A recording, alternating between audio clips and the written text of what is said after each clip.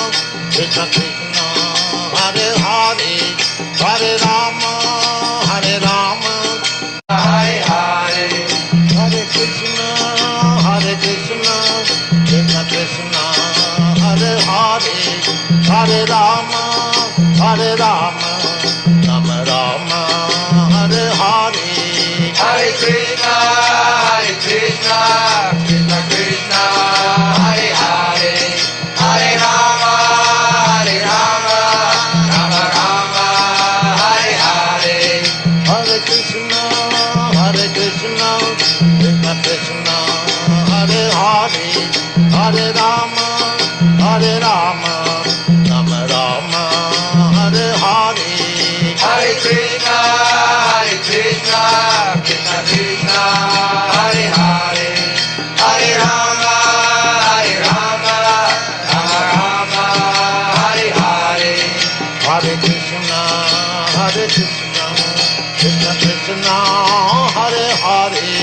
Hare Rama, Hare Rama, Rama Rama, Hare Hare.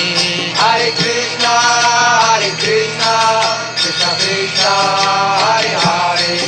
Hare Rama, Rama, Rama Rama, Hare Hare. Hare Krishna, Krishna Krishna, Hare Hare. Hare Rama, Rama, Rama Rama, Hare Hare. Hare Krishna, Krishna Krishna, Hare Hare. Hare Rama, Rama, Rama Rama, Hare Hare. Hare Krishna, Krishna Krishna, Hare Hare. Hare Rama, Rama, Rama Rama, Hare Hare. Hare Krishna,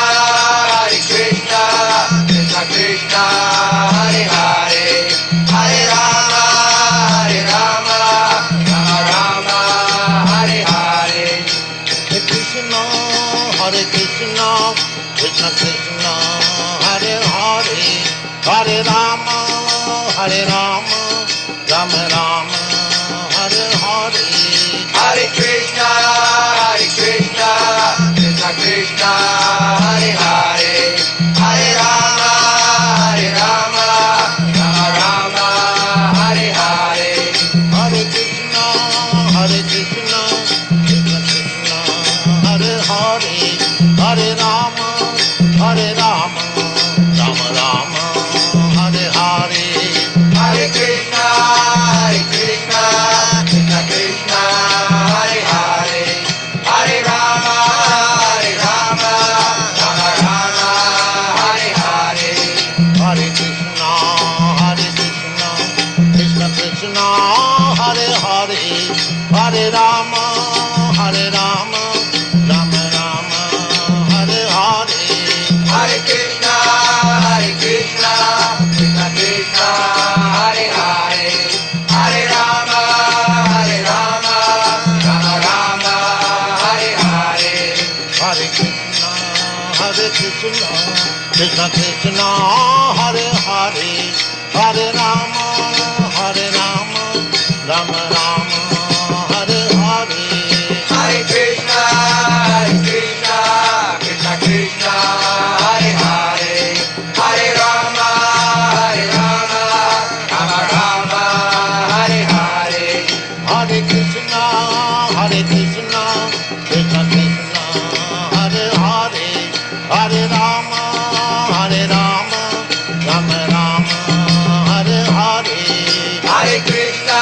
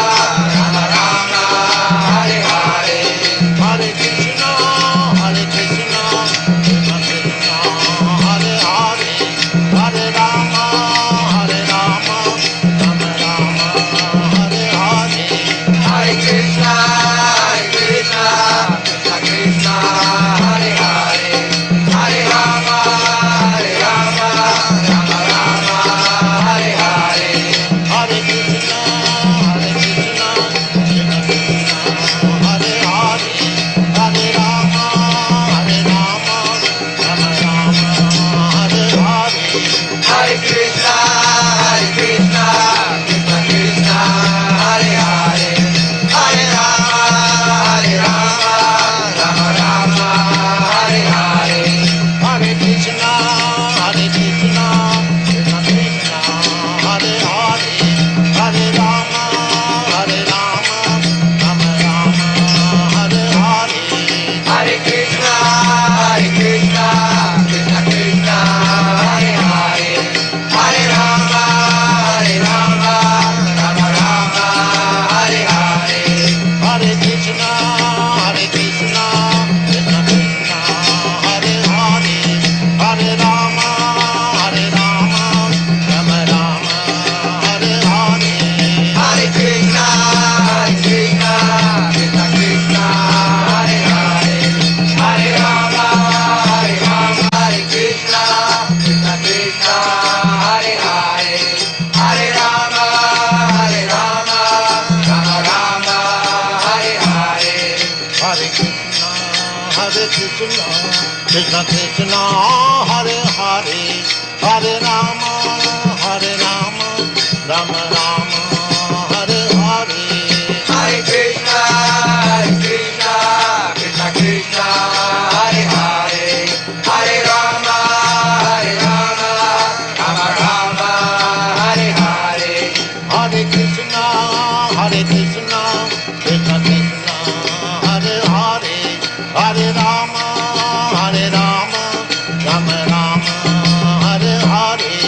Hare Krishna, Krishna Krishna Krishna, Hare Hare, Hare Rama, Rama Rama, Hare Hare. Hare Krishna, Krishna Krishna, Hare Hare, Hare Rama, Rama Rama, Hare Hare. Hare Krishna, Krishna Krishna Krishna, Hare Hare, Hare Rama, Rama Rama, Hare Hare. Hare Krishna, Krishna Krishna, Hare Hare, Hare Rama, Rama Rama, Hare Hare. Hare Krishna, Krishna Krishna Krishna, Hare Hare, Hare Rama, Rama Rama, Hare Hare. Hare Krishna, Krishna Krishna, Hare Hare, Hare Rama, Rama Rama, Hare Hare. Hare Krishna, Krishna Krishna Krishna, Hare Hare, Hare Rama, Rama Rama, Hare Hare.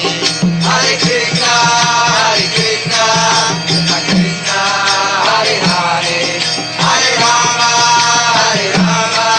Rama Rama, Hare Hare.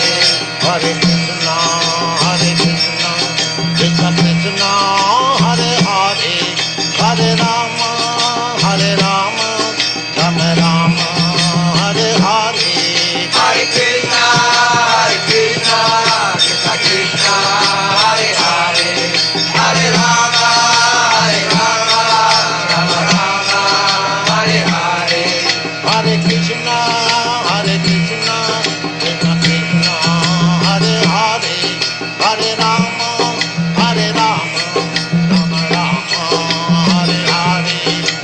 Krishna, Krishna Krishna Krishna, Hare Hare, Hare Rama, Rama Rama, Hare Hare. Hare Krishna, Krishna Krishna, Hare Hare, Hare Rama, Rama Rama, Hare Hare. Hare Krishna, Krishna Krishna Krishna, Hare Hare, Hare Rama, Rama Rama, Hare Hare. Hare Krishna, Krishna Krishna, Hare Hare, Hare Rama, Rama Rama, Hare Hare. Hare Krishna, Krishna Krishna Krishna, Hare Hare, Hare Rama,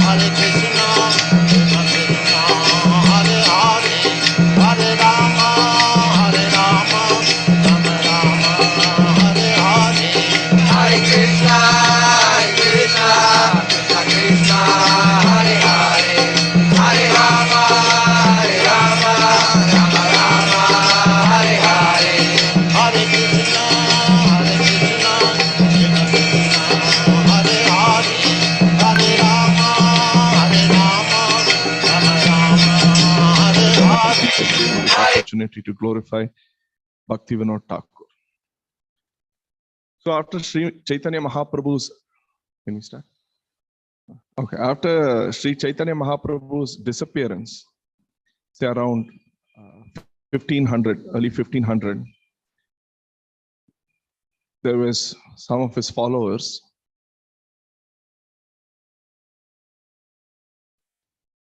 So what I'd like to do is I'd like to set the stage, how our acharyas did, what they spoke about Bhakti Vinoda Thakur's appearance. If you see our acharyas like Prabhupada and all this, they spoke about how he preached, what he preached, and how he dealt in his preaching. More than just, he was born here, like a story about his life. So that way, after Chaitanya Mahaprabhu disappeared in early 1500s, few followers of his, like the 6 Goswamis, Srinivas Acharya and all these, Narottam Das Thakur, they kept it going for some time. But over time, it became deteriorated. Many unauthorized methods of bhakti or methods of worship were being introduced into the Gaudiya Sampradaya. And they were also very easily taken up by the people. Anytime you introduce any unauthorized or very wrong processes, the mind likes to capture that immediately. It is the nature of the mind. Even when my father was admitted in the hospital, he had gone through a stroke and some of his brain cells were dead. He forgot many things, how to walk and all these things. So the first thing the physio said is, the mind will always learn bad things first. You have to train it with good things more and more. So even they know that the mind accepts bad things very easily first. So these unauthorized methods of worship were being introduced into the Gaudiya thing, and the masses were easily taking it up, and they became very inclined towards such versions. And slowly over what he left, by late 19th century, the original core teachings of Sri Chaitanya Mahaprabhu in their pure form had been polluted by many fake sampradayas or fake movements or fake sadhus and all this, and they were claiming to be, descendants of the parampara of Chaitanya Mahaprabhu. Some of them even said, we are this parivar, I'm from this parivar of this Goswami, I'm that parivar and this parivar. So just for the sake of recognition, to bring in more followers into their thing, they used all these names. I'm Nityananda Parivar or Gadadhar Parivar or whatever name, they would use all this to cheat, exploit people. So our acharyas then, like Bhakti Vinoda Thakur, Bhakti Siddhanta Thakur, they call them all apasampradayas, apasampradayas, which resembled authentic sampradayas. And they call themselves bhaktas. But still, Bhakti Vinoda Thakur and Bhakti Siddhanta Thakur disqualified them from the Shuddha Bhakti process as given by Sri Rupa Goswami, which is Anya Abhilashita Sunyam, Jnana Karma Adi Anavritam. And so they had all these Abhilashas, Jnana, Karma, all polluted into their process. And it was Sri Bhakti Vinoda Thakur who was the first almost acharya after many generations, or almost 3 centuries, who took up the mission to revive Gaudiya Vaishnavism and fight against all these apasampradayas. Very difficult and very daunting or very large task, because you're a single man without much, you don't have much of a movement support or anything.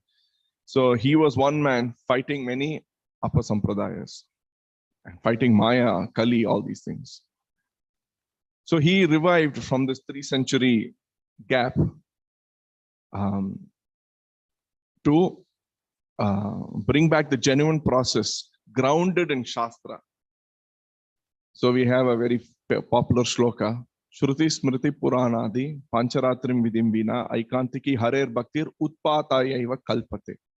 If our bhakti is not grounded in Shruti Smriti Puranadi Shastra, then that bhakti only becomes a disturbance. And even in Bhagavatam, it comes Bhaktya Shruta Grihitaya. So if our bhakti is not grounded in Shastra, it becomes a disturbance, and that is what had happened. Many of them misrepresented Chaitanya Mahaprabhu's teachings. And the word Vaishnava itself denoted, at that time, almost became a, very like a inferior, very low class of Vaishnava, means in Bengal at least. These people are very, ignorant and lacking any form of restraint principles. They do anything, they exploit women, they exploit this, they exploit that. And even to take darshan of deities, you have to start paying. It's like, buy a ticket and pay, which is still going on a few temples now, taken over by government. But all this concept of buying ticket to take darshan was all abolished by Bhakti Vinoda Thakur and Bhakti Siddhanta Thakur and all these. So he began that struggle against Appasampradayas, Bhakti Vinoda Thakur, by doing many things, even by revealing Mayapur Dham. You remember he took Jagannath Das Babaji Maharaj and he identified the birthplace of Chaitanya Mahaprabhu. Even for that, he got a lot of chastisement from these Appasampradayas, because they had all established in Navadvip and they were saying their place is the place of Chaitanya Mahaprabhu's Leela and pastimes. By doing that, they'll get more people, collect more donations, collect more money, collect more followers and all these things. So Bhakti Vinoda Thakur, he wrote in Bhakti Tattva Viveka, chapter 1. I'm just going to read as is. Unfortunately, in contemporary society, in the name of Shuddha Bhakti, various types of mixed devotion, such as Karma Mishra, means mixed with karma, mixed with fruitive action, Jnana Mishra, mixed with speculative jnana knowledge, Yoga Mishra, mixed with yoga processes, as well as various impure and imaginary notions are spreading everywhere like the germs of a plague. People in general consider these contaminated and mixed approaches to be bhakti and respect them as such. Thus, they remain deprived of Shuddha Bhakti, pure devotional service. These polluted and mixed conceptions are our greatest enemies. Some people say that there is no value in bhakti, that God is an imaginary sentiment only, that man has merely created the image of God in his imagination. And that bhakti is a pestilent state of consciousness, which in no way can benefit us. Though opposed to bhakti, such people cannot much harm us because we can easily recognize and avoid them. But those who propagate that Bhagavad Bhakti is the highest dharma, yet behave contrary to the principles of Shuddha Bhakti. So there are people saying Bhagavad Bhakti is the highest, but behaving contrary to the principles of Shuddha Bhakti, and instruct others against these principles can be especially harmful. For ultimately, they lead us onto a path totally contrary to Bhagavad Bhakti. Therefore, the previous acharyas have scrutinizingly defined the intrinsic nature of bhakti and repeatedly cautioned us to avoid polluted and mixed conceptions. So this is his excerpt from Bhakti Tattva Viveka, chapter 1. So Bhakti Vinoda Thakur, he did this. And of course, his son, his great son, also committed to upholding this, the teachings of Chaitanya Mahaprabhu, Parampara, and both of them together declared a war on all these Appasampradayas and Maya. Bhakti Vinoda Thakur was known to be a very generous, very liberal, very soft person, unlike his son who was very chopping technique. But still he preached very directly. Bhakti Vinoda Thakur, even though he never preached anything indirectly, he exposed all these Appasampradayas directly, either through his lectures, through his writings. And so he consistently objected to any opposition of the pure teachings of Chaitanya Mahaprabhu's Vaishnava Dharma. And that does not follow the definition of Rupa Goswami's Anya Bilashita Sunyam verse. Actually, Bhakti Vinoda Thakur and his son Saraswati Thakur mentioned that the bhava of all those Apara Siddhantas and everyone could not be wholly pure unless their Siddhanta was fully correct. For any philosophical error presupposed at least an increment, I'm just reading their own words, increment of the spirit to enjoy Krishna. So some of these things, these Sahajiyas and all these other Sampradayas, they were actually using Krishna for their own sense gratification. saying, exploiting women or this or money, exploiting followers. So Bhaktivinoda Thakur actually quoted a verse, which is there, I can get you later. He said, a guru's job is not to remove your money. It is to remove your suffering. So that is the real guru's job. All that, he was preaching all that. So in his own words here, due to their maintaining such attitudes, they considered such apasampradayas and others and their adherents not merely deviated from the path of Sri Chaitanya Mahaprabhu, but actually inimical to him, Gaura Virodhi. So they actually called all these apasampradayas because they were not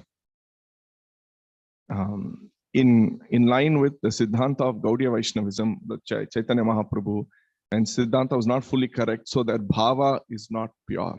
It is all sentimental. And there's a famous saying of our acharyas, religion without sentiment is, religion without philosophy is sentiment. So we cannot live on a sentimental basis. So we have to understand the teachings philosophically. That's why Chaitanya Charitamrita says, Siddhanta balye chitta nakara alasa, ihaite sudurtha manasa, lage sudurtha manasa. So only when we should not show laziness to understand the teachings of Sri Chaitanya Mahaprabhu. So anyway, then they wrote, Bhaktivinoda Thakur, he again wrote in Sajjana Toshini. So he began preaching through a lot of these magazines, Nadia Prakash, Sajjana Toshini, and some English periodicals, then Harmonist and all this. The dharma preached by Chaitanya Mahaprabhu is universal and not exclusive. The principle of Kirtana as the future church of the world, is all Bhaktivinoda Thakur's writings. As a future church of the world means the future holy temple of the world, invites all classes of men without distinction of caste or clan to the highest cultivation of spirit. This church, it appears, will spread worldwide. He wrote this much before Bhaktivedanta Prabhupada. This church will spread worldwide and replace all sectarian churches which exclude outsiders from the precincts of the mosque, church, or temple. Lord Chaitanya did not advent himself to liberate only a few men in India. Rather, his main objective was to emancipate all living entities of all countries throughout the entire universe. And to propagate the eternal dharma, Lord Chaitanya states in Sri Chaitanya Bhagavat, in every town and country and village, my name will be sung. There is no doubt that this unquestionable order will come to pass, and it did come to pass. Although there is still no pure society of Vaishnavas, Lord Chaitanya's prophetic words will in a few days come true. I am sure, this is confidence, he's already sure. Why not? Nothing is absolutely pure in the beginning. From imperfection, purity will come about. Very soon, the unparalleled path of Harinama Sankirtan will be propagated all over the planet. Oh, for that day when the fortunate English, French, Russian, Prussian, and American people will take up banners, mridangas, and kartalas and perform kirtana through their streets and towns. When will that day come? Oh, for that day when the Western fair-skinned men will, from one side, while chanting Jai Sachinandan Ki Jai, will extend their arms and embracing the devotees of our country, coming from another side, treat us with brotherly feelings. When will that day be? On such a day, they will say, our dear Aryan brothers, we have taken shelter at the lotus feet of Lord Chaitanya, who's the ocean of transcendental love, kindly embrace us. When will that day come? That day will witness the holy transcendental Vaishnava Prema to be the only dharma.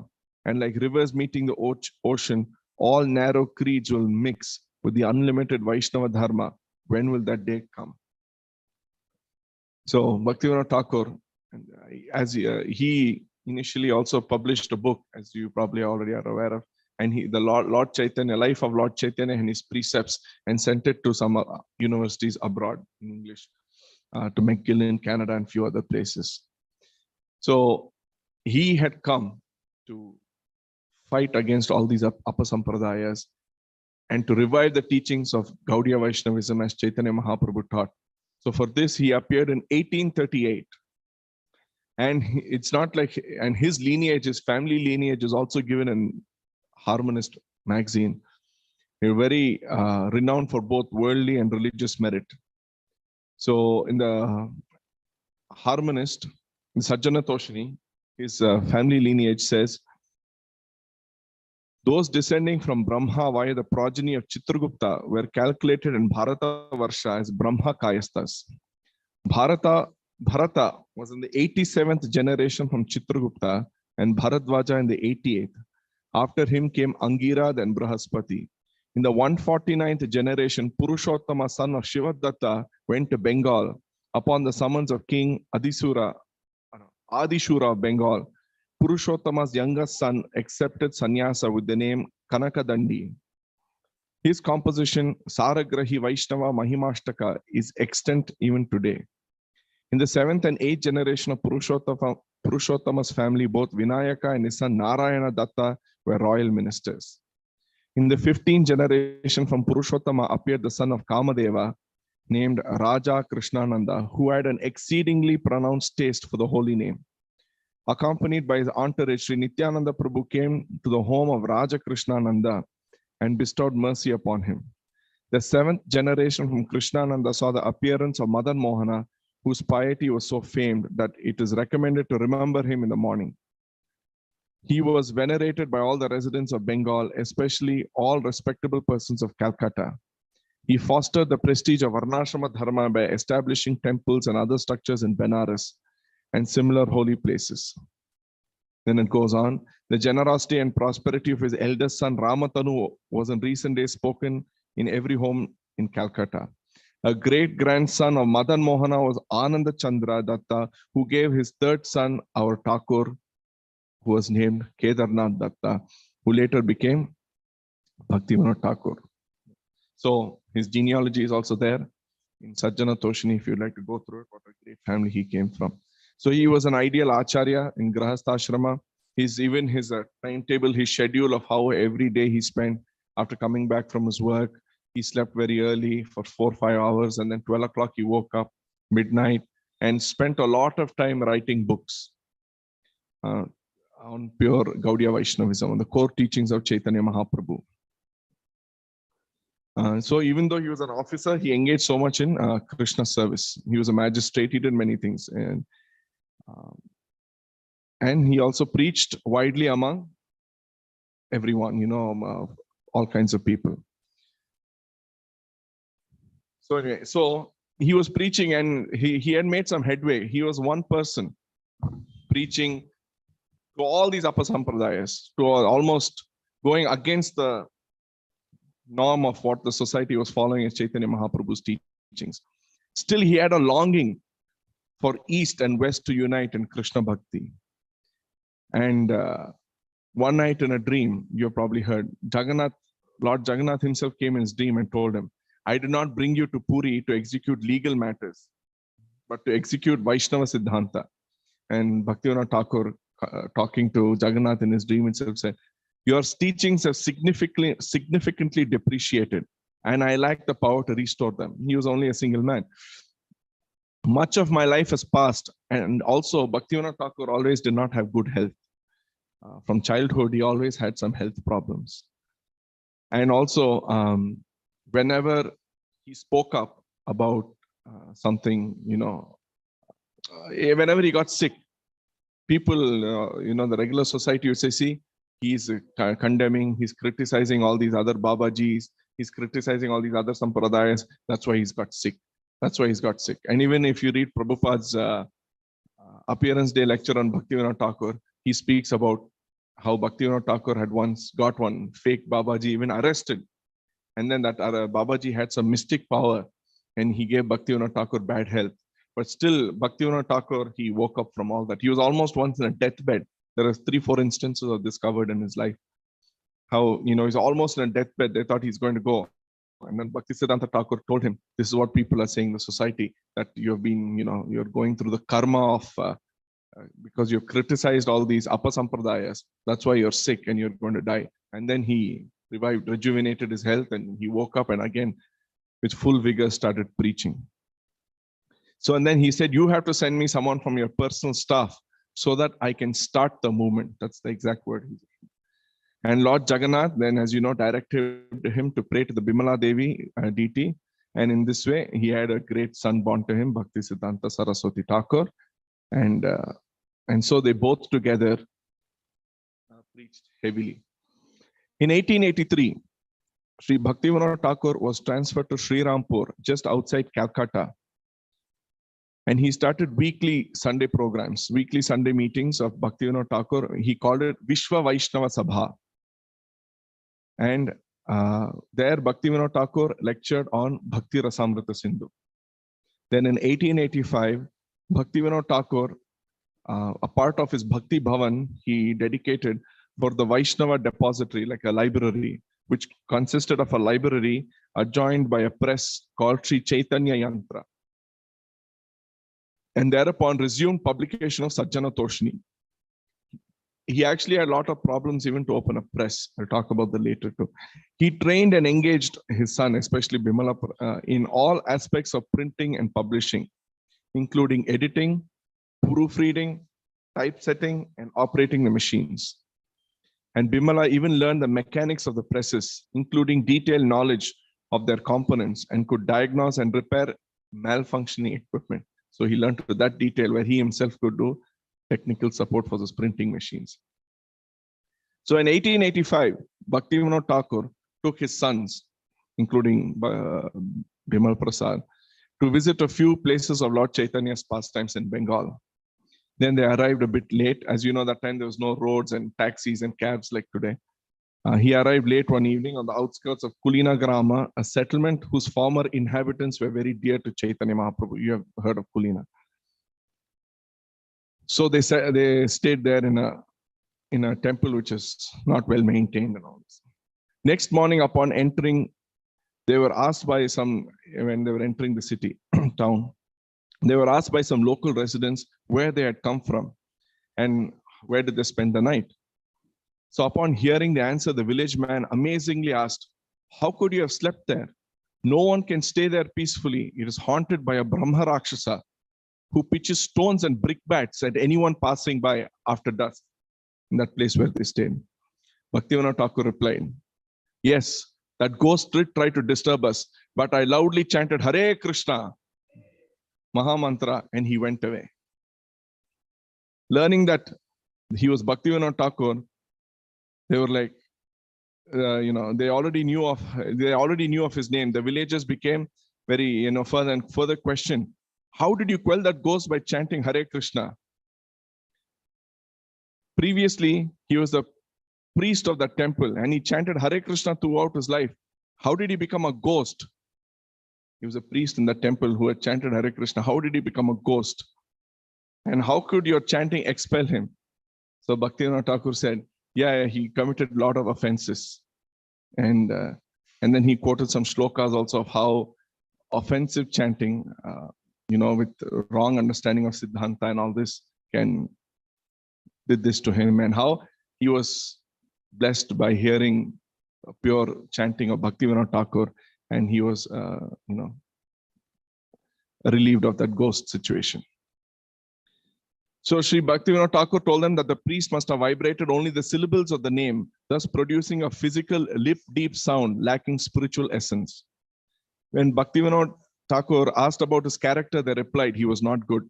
That same priest, he committed many sinful acts, but he used to recite Harinama almost constantly. Sri Bhaktivinoda Thakur further explained why the priest could have not been truly chanting. Sinful people with the intention of acquiring wealth, reputation, making a show of kirtana, that is merely cheating. As stated in Jagadananda Pandita's Prema Vivarta, Asadu Sanghe Bhai Krishna Nama Hai, Namakshara Bahiraya Bhatte Nama Kabunai. Those not in the association of authentic devotees cannot actually utter the holy names. Even though they may externally vibrate the sound Krishna, that is not actually the name of Krishna. So association, good quality association, who was, understanding the Siddhanta Shastra is very important. Okay. So, and then all the problems went away. And then the villagers then realized that Bhaktivinoda Thakur was himself that exalted sadhu whose pure kirtana had the power of not only to, remove ghosts, but to deliver the entire universe from material life. So then he went back to Calcutta, and then he continued writing Chaitanya Shikshamrita, and he regularly read these manuscripts to Bimal Prasad and others, his other sons also. Bimala applied himself to, and then Bimala continued studying more of Bhaktivinoda Thakur's books, under whose guidance he also studied Shat Sandarbha of Jiva Goswami and other Goswami literature. Many works, even like Jaiva Dharma and all that, it was written by Bimala Prasad. Bhaktivinoda Thakur would just dictate and he would actually write. So in July 1895, the Maharaja of Tripura invited Bhaktivinoda Thakur to Agartala. Bhaktivinoda Thakur went and lectured every day on the Nama Tattva of Chaitanya Leela, which enthralled the Maharaj and the court Panditas. He was so impressed. And later, he actually hired Bhaktisiddhanta Thakur to become his his diwan there in the court after he had left. In 1901, Bhaktivinoda Thakur family and Bhaktisiddhanta Thakur's family, they all moved to Puri. And after getting attracted to Puri Dhama, Bhaktisiddhanta Thakur expressed interest to Bhaktivinoda Thakur that he wished to perform intense bhajana at Haridas Thakur's Samadhi. And so Bhaktivinoda Thakur immediately arranged.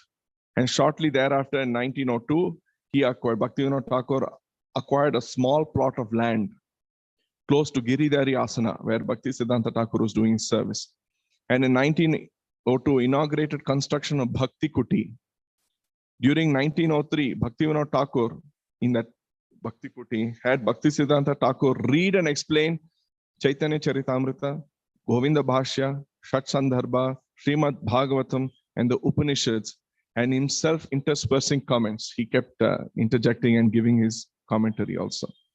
These sessions attracted a group of regular listeners, including the Maharaja of Kashim Bazar and a few other royal people. At that same time, there was another person who was very famous called Sri Radharamana Charandas Babaji, an educated man who had renounced the world to fully pursue Vaishnava Dharma. He had organized Kirtana groups, and he chanted at various places in Puri. So this Charanadas, as he was oftenly called, regularly came to see Bhaktivinoda Thakur at Bhakti Kuti, and Siddhanta Saraswati Thakur as well. But relations later soured between Bhaktivinoda Thakur, Bhaktisiddhanta Thakur, and this Charandas, because he introduced Nitai Gaur Radhe Sham, Hare Krishna, Hare Ram. So this Bhaktivinoda Thakur, you cannot say, this, they're doing something. No, they're completely opposed to it. So Bhaktivinoda Thakur and Siddhanta Saraswati Thakur, they advised him very nicely, Charandas, please desist, stop all these deviations that he had introduced. This Baba Charandas refused. And once he refused, Saraswati Thakur began to rail. That's it. He started against these fallacious practices. Bhaktivinoda Thakur would do it softly in classes, but Bhaktisiddhanta Thakur aggressively started. It became so hot that Charandas' followers actually started threatening Saraswati Thakur because the way he. And so Bhaktivinoda Thakur, even though he was fully in line and accord with the spirit of his outspoken son, he sent him to Mayapur to oversee Yogapeeth. What happened is at that same time, Yogapeeth also, Bhaktivinoda Thakur had built that Yogapeeth temple, where appearance of Chaitanya Mahaprabhu. That was in shambles. That was not managed well. They didn't have much resources to take care of the temple. So because of lack of supervision, everything, even they tried to offer payment and to get people, but no one wanted to move to that undeveloped, remote place. Now, of course, it's very developed with skyscrapers and all this, but that time it was very undeveloped, So he sent him there, and slowly he revived Mayapur Dham. That's why Bhaktivinoda Thakur, just like our 6 Goswamis, he wrote a lot of literature. They revealed Vrindavan Dham, he revealed Mayapur Dham, Navadvip Dham. That's why he was known as the 7th Goswami. And because he did not want this Apasiddhanta, Apasampradayas to grow in the future, he was almost the first Acharya to stress the need for Dhaiva Varnashrama, within which all the sections of society can cooperate. And he wrote on this by quoting Atapumbhe Dujashreshta Varnashrama Vibhagasha Swanushtitasya Dharmasya Samsadir Haritoshnam. He wrote on this shloka and he said, the Raiva Varnashrama was meant to stratify and regulate society to maximize each man's psychophysical propensity. So we all have a psychophysical nature. Even though we wear Kanhimala, Tilak, we all have an inherent nature. Some is very attracted to reading, some, other things. While helping them make tangible process. And he especially wrote this in a Chaitanya Shikshamrita book.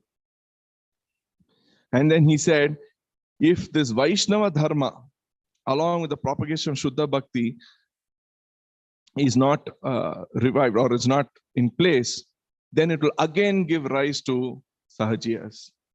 So he said that's why Vaishnava Dharma was so important, that excluding highly elevated devotees, Varnashrama Dharma is a requisite for cultivation of Bhakti. And if that does not happen, there would be an increased number of Prakrita Sahajiyas going forward. So he made that point also, very important. So in 1912, many of Bhakti Vinoda Thakur's writings were still unpublished. He wrote commentaries. See, he didn't write commentary on Bhagavatam. He wrote commentary on Chaitanya Charitamrita, Amrita Pravaha Bhashya, and whose commentary Prabhupada, our Divine Grace A.C. Bhaktivinoda Swami Prabhupada, he took Bhagavad Gita Rasika Ranjan and put it in his Bhagavad Gita as it is, along with Baladev Vidyabhushan's commentary. So he mixed Rasika Ranjana Bhaktivinoda Thakur and Baladev Vidyabhushan Bhagavad Gita. And Chaitanya Charitamrita came from Bhaktivinoda Thakur's Amrita Pravaha Bhashya and Anubhashya. So many of Bhaktivinoda Thakur's writings were still unpublished, as were several important palm manuscripts. Many of his books he wrote actually got lost. He had actually written 3 volumes, like a FAQ question answer session, question answer thing. He had written 2-3 volumes of books just for children. All those books got lost. But due to political disturbances caused by the anti-British sentiment, it was virtually impossible to obtain authorization to establish a press in rural areas. Furthermore, it was impractical to run modern machinery in the countryside, far from technical support. Thus, he sent his son, Siddhanta Saraswati, journey to Calcutta with an application and requisite fees for starting a printing operation there. And while the police were processing the request, he went back to Mayapur. After much delay, approval for the press was granted. In April 1913, Saraswati Thakur installed the printing machine and typesetting facilities at the Kalighat estate and named the operation Bhagavata Yantra. Within a few months, he published Chaitanya Charitamrita of Bhaktivinoda Thakur's commentary. He printed the Bhagavad Gita of Bhaktivinoda Thakur, Rasika Ranjan, and Gaura Krishnodaya, an epic poem, and he printed few books of Bhaktivinoda Thakur. And around the same time, Bhaktivinoda Thakur also, around 1913 or 14, he left from this world. And before leaving, he wrote these instructions in a letter to Bhakti Siddhanta Thakur. People of this world who are proud of their own aristocratic birth and attack the pure Vaishnava, thus they commit offenses. The solution to the problem is to establish the order of Daiva Varnashrama, Dharma, something you started doing. You should know that to be the real service to the Vaishnava, because pure devotional conclusions are not being preached. All kinds of superstition and bad concepts are being called devotion. But such pseudo sampradayas as Sahajiya and Ativadi. So there are many pseudo sampradayas, Aula, Baula, Atibadi, Jata Goswami, and all these things. Please always crush these anti-devotional concepts by preaching pure devotional conclusion and by setting an example. Please try very hard to make sure that service to Sri Mayapur will become a permanent thing. The real service to Sri Mayapur can be done by acquiring printing presses, distributing devotional books, and Sankirtana, preaching. Please do not neglect to serve Sri Mayapur or to preach for the sake of your own reclusive bhajana. When I am not present anymore, please take care to serve Sri Mayapur Dham, which is so dear to you. This is my special instruction to you. I had a special desire to preach the significance of such books as Srimad Bhagavatam, Shat Sandarbha, and Vedanta Darshana. You have to accept that responsibility. Sri Mayapur will prosper if you establish an educational institution there. Never make any efforts to collect knowledge or money for your own enjoyment. Only to serve the Lord will you collect these things. Signed, Kedarnath Datta Bhakti Vinoda. So he was very clear. Only for in service of Krishna to preach will you collect any money or thing. So while composing Swaniyama Dwadashakam at Godruma 1910, Bhakti Vinoda Thakur became severely paralyzed, that he could not speak or move. Although actually he was in Samadhi and occasionally returned to external consciousness as well, his family members took him to Calcutta for treatment, but to no avail. The condition endured for some months, and it appeared that the Thakura was about to expire. Pleased at this prospect, certain envious persons propagated that Bhakti Vinoda was now reaping due karmic reaction, pained that the purely spiritual pastimes of this Mahabhagavata were being likened to the suffering of ordinary jivas enslaved by material energy. So by Saraswati Thakur especially, he was pained. Sri Siddhanta Saraswati implored at Bhakti Vinoda Thakur's bedside, please remain with us for some more days to further propagate the gospel of Srivan Mahaprabhu, thereby uplifting the universe.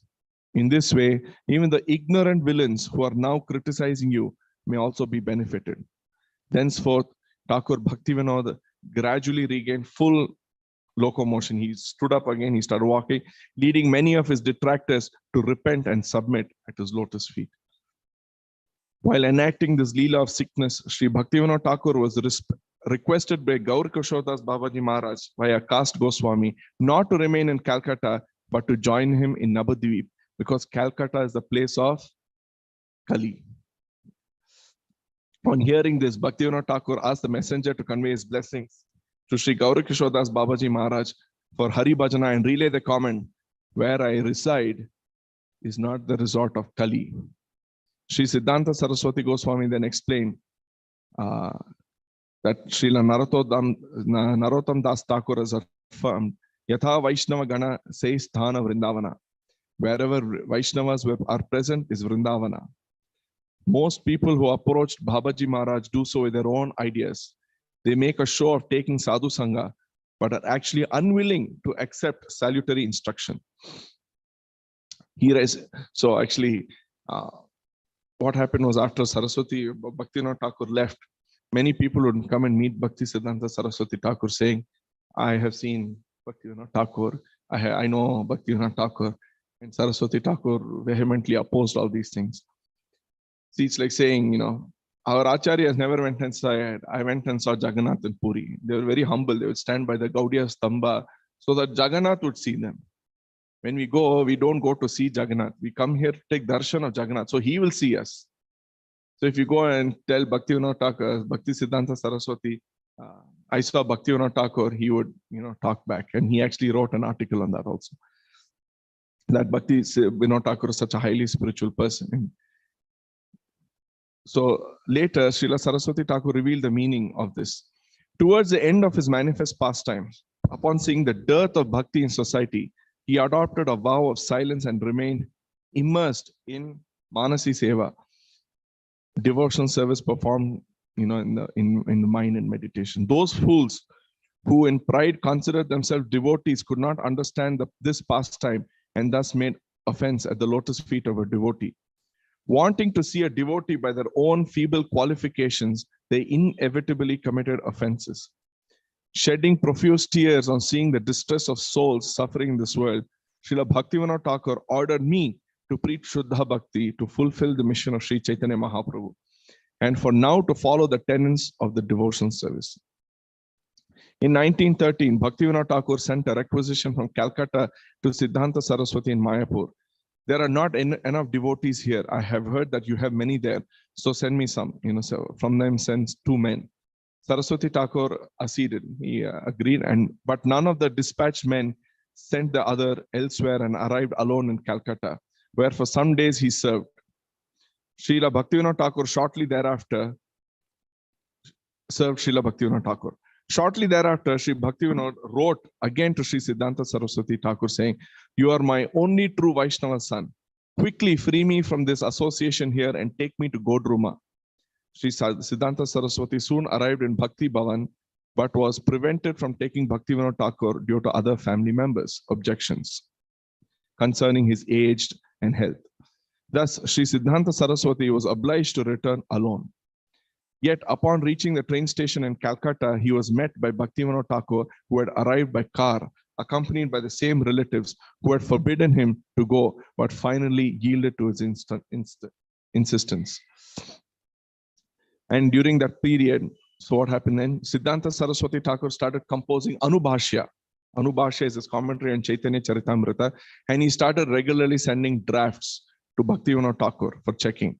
And Bhaktivinoda Thakur was very pleased. He especially became delighted upon seeing Siddhanta Saraswati Thakur's comments on Chaitanya Charitamrita, Adi Leela 1:19. E Tina Thakura, Tina More Natha. So you can read that later, 1:19.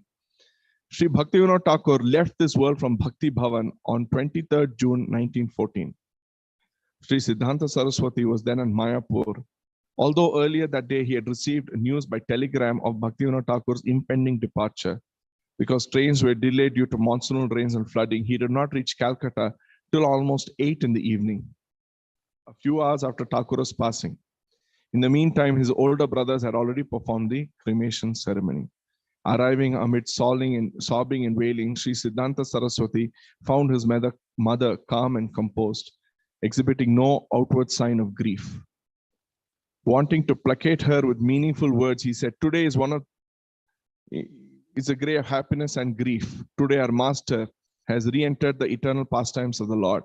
Now it is our duty to remember his eternal position, name, qualities, form, and pastimes. Henceforth, we will follow in his footsteps even more concentratedly." Sri Siddhanta Saraswati Thakur's mother then responded, "He departed after offering you plenty blessings." He repeatedly, Bhaktivinoda Thakur repeatedly mentioned your firm faith in Shuddha Bhakti and instructed that you should serve Sri Mayapur and propagate the message of Sri Man Mahaprabhu. In the last few minutes, I'll just read from the Harmonist, which is printed here, published in December 1931. This essay addresses misconceptions of so-called followers of Bhaktivinoda Thakur and of others addicted to the empiric method of scriptural study. Empiric means, like I'll study according to my understanding only, and not the Aroha Pantha, not the Avarona Pantha. Empiric means the Aroha Pantha. So Bhaktivinoda Thakur's appearance day, Bhakti Siddhanta Thakur writes, "We avail of the opportunity offered by the anniversary celebrations of the advent of Thakur Bhaktivinoda to reflect on the right method of obtaining those benefits that have been made accessible to humanity by the grace of this great devotee of Krishna." So we've got the right method of obtaining the benefits of Chaitanya Mahaprabhu's philosophy by the great of this great soul. Thakur Bhaktivinoda has been specifically kind to those unfortunate persons who are engrossed in mental speculation of all kinds. This is the prevalent malady, means the disorder in society of the present age. The other acharyas who appeared before Thakur Bhaktivinoda did not address their discourses so directly. So he's saying the people who had appeared before Bhaktivinoda Thakur did not preach so directly to the empiric thinkers. Empiric, again, those who are the Aroha Pantha. Now, Aroha Pantha means one who believes in his senses to understand spiritual subjects which are beyond the purview of our senses. That's why we believe in Avarohana Pantha. Those who are not familiar with these two words, we accept the descending message purely as handed over tradition by tradition from one in the disciplic succession of the parampara. The other acharyas who appeared before, okay, so I read that. They had been more merciful to those who are naturally disposed to listen to the discourses on the absolute without being dissuaded. Dissuaded is opulence, opposite of persuade. You persuade someone to do something. Dissuade means you persuade someone not to do something by the specious arguments. Now, specious arguments means it apparently is good, but has no religious merit, no shastric basis or anything. arguments of avowed opponents of Godhead, those who are upper sampradayas. Sri Thakur Bhakti Vinod had taken the trouble of meeting the perverse arguments of mental speculationists by superior transcendental logic of the absolute truth. So he could meet these opponents of Chaitanya Mahaprabhu's philosophy by the pure transcendental teachings of the absolute truth. It is thus possible for the average modern readers to profit by the perusal of his writings. So we have to take advantage of his writings and works. If not his, at least Prabhupada's, because especially Chaitanya Charitamrita. See, this Bhagavatam, Bhagavad Gita, they're all common to all sampradayas, Shri, Madhva. The main speciality, the main nectar in our movement, the main differentiation from other sampradayas in our movement is Chaitanya Charitamrita. That has got all the nectar, all the philosophy, the teachings of Chaitanya Mahaprabhu. How and only when one is reading Chaitanya Charitamrita can he be fixed up even in Gaudiya philosophy. Or else, as he will tell later he actually says, people just go to clever mechanical reciter of the mundane sound for obtaining access to the transcendental name of Krishna. So we cannot go out to these paid people, they'll do some music in between and then they'll do Harikatha and then you have to pay them 4 lakhs. Bhakti Vinod Thakur never entertained such things. These are all mechanical reciters. We have to study their works. Anyway, so let's come back to it. That day is not far distant when the priceless volumes penned by Thakur Bhakti Vinod will be reverentially translated. He's in 1931 and Prabhupada already translated. His followers are translating by the recipients of his grace into all languages of the world. The writings of Thakur Bhakti Vinod provide the golden bridge by which the mental speculationist can safely cross the raging waters of fruitless empiric controversies that trouble the peace of those who choose to trust in their guidance for finding the truth. They're all high language. So once someone complained that you're speaking such high English, we can't understand anything. So our Acharya said, just here, I'm not speaking English, I'm not speaking Bengali, I'm speaking transcendental language. So that was the so we should just open our ears and not say it's highly technical words, high words. No, these are all transcendental words, all meant to purify, coming from the pure devotee's mouth. So the writings, basically the writings of Sri Bhakti Vinod Thakur provide the bridge for these people who are speculating and all this to understand pure devotional service. As soon as the sympathetic reader is in a position to appreciate the sterling quality of Thakur Bhakti Vinod's philosophy, the entire prospect of the revealed literatures of the world will automatically open out to his reclaimed vision. So as we understand or read his works, we will slowly understand the pure teachings of Chaitanya Mahaprabhu. It's almost 9 o'clock. Anyway, there's 2 more pages. I'll just read some of the works given to us by Bhakti Vinod Thakur. He wrote so many books. Amnaya Sutra, Sri Chaitanya Shikshamrita, Lord Chaitanya and his precepts, Sajjana Toshini, Bhakti Tattva Viveka.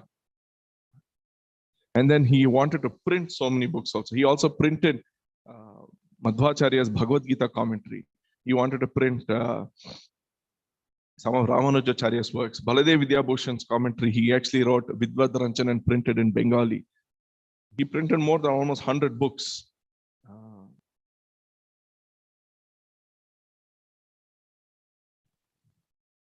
And articles.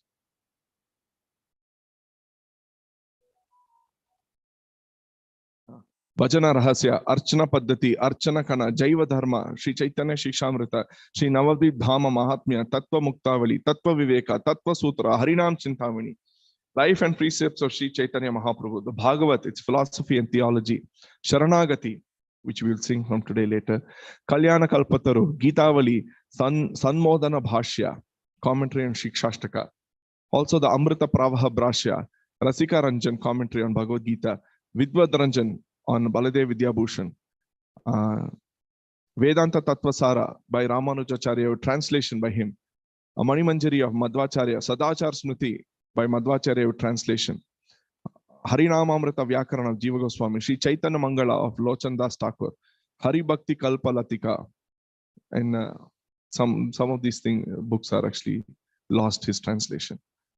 And some of the works he and his son wanted to take up, just a few I'll read. Brihad Bhagavatamrita, Krishna Karnamrita, Laghu Bhagavatamrita, Madhva Vijaya, Mahabharata Tatparya Nirnaya, Padyavali, Paramarthika Bharata, Prarthana, Sarva Samvadini, Shakshandarbha, Stavamala, Stavavali, Vaishnava Majusha. Oh, they had a big work. They wanted to do a Vaishnava encyclopedia itself.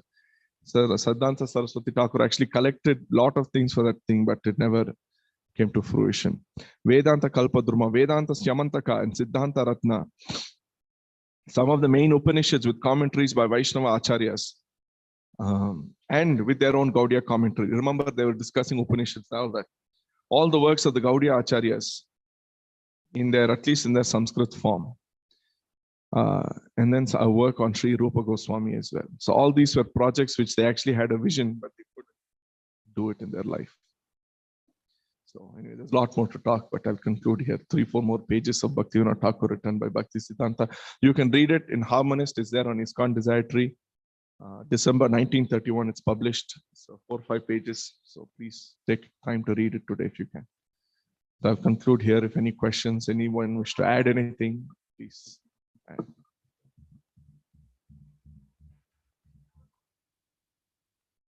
Anyone? Online? I don't know if there's any new people online. But, Bhakti Vinoda Thakur is the father of Bhakti Siddhanta Thakur and the guru of Gaur Kishore Das Babaji Maharaj. I'll just repeat that.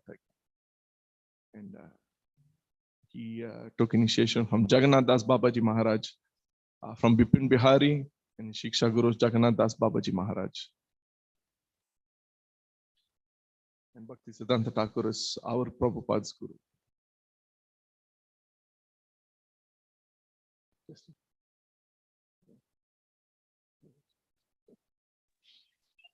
Hare Krishna Prabhuji, Radharamana, thank you very much for a very nice class. These articles from there. The other things are from other places, collected from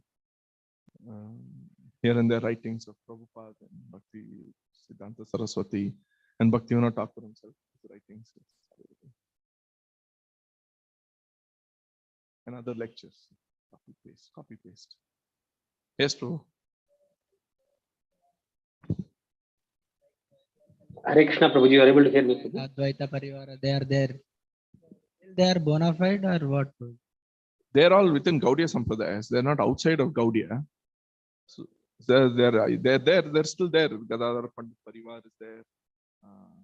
They don't accept Bhakti Vinoda Thakur and Bhakti Siddhanta Thakur and all this. They're still there in Vrindavan. Some people have gone and taken. But they use that name, that's all.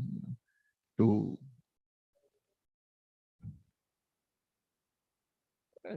see if it may be, but if you have to follow the process properly. If their process is polluted, then it's not.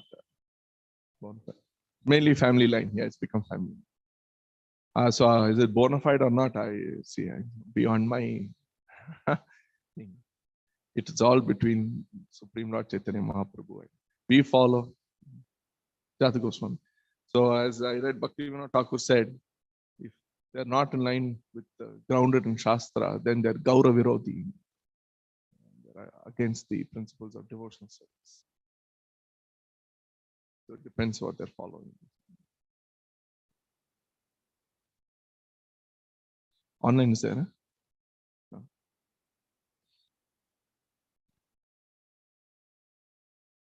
Can you please explain the poem where Bhakti Vinoda Thakur predicted the arrival of Srila Prabhupada and his preaching worldwide?